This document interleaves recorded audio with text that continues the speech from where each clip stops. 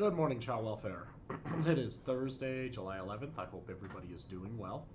I've got one fairly big announcement to make today, and I want to let you guys know that this decision that I'm about to announce has been talked about for quite a while, and we have um, talked about the pros and cons, and we've weighed a lot of data in regards to this decision. So I'm just going to get right into it. Beginning September 1st, the expectation is that we are going to, as a staff, use the building 3 days a week. Instead of our two, we're going to add a day of being up in the building. So for staff, it's 3 days a week, and for supervisors, it's going to be 4 days a week. Those are minimums. You can certainly use that more. And I wanted to talk about the why a little bit behind this. We started looking at a lot of data in regards to engagement of staff. So we've got exit interviews, we've got our yearly engagement survey, and we have our stay interviews where staff are meeting with managers. And you've all been through those interviews before. And we have definitely picked out a theme that we are seeing in all three of those where staff are feeling like our division still is a little bit siloed coming out of COVID.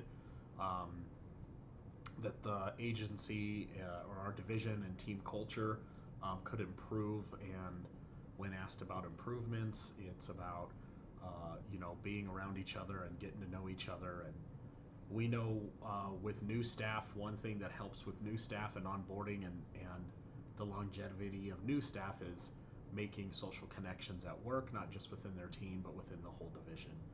And so we've taken a look at what other teams across the agency is doing, and for the most part, most teams are back in 5 days a week. And we also recognize that the type of work that we do is very different. We're in the community, so we also feel like there's going to be a policy change coming down, that the language is going to change, that in order to keep our space up on the department, that it will go to no more than 2 days a week work from home, which means we need to be in the office 3 days a week.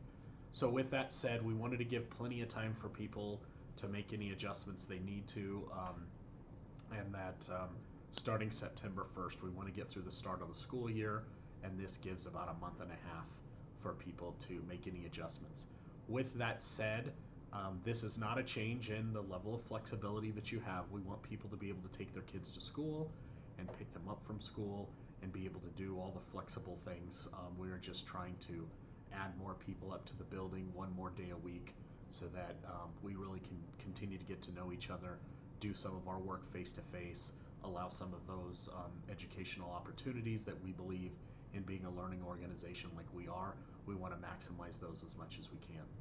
So that's the announcement. Again, starting September 1st, staff expectations are to be in the building 3 days a week, and the availability to work from home will be 2 days a week. And I want to be clear that there are always opportunities to talk with your supervisor in regards to kind of one-off situations if you need to work from home during a certain time period more than 2 days a week. It just can't be your normal schedule. So those are always opportunities afforded to staff and to our supervisors that if something is going on where you might need to work from home more than the 2 days a week during a certain week or so of the month, that's still going to be afforded with good communication to your supervisor. As always, please reach out to a supervisor, manager, or myself. If you have concerns about this decision, please contact me directly, and I am definitely willing to have some individual conversations with anybody that may have some concerns about this decision.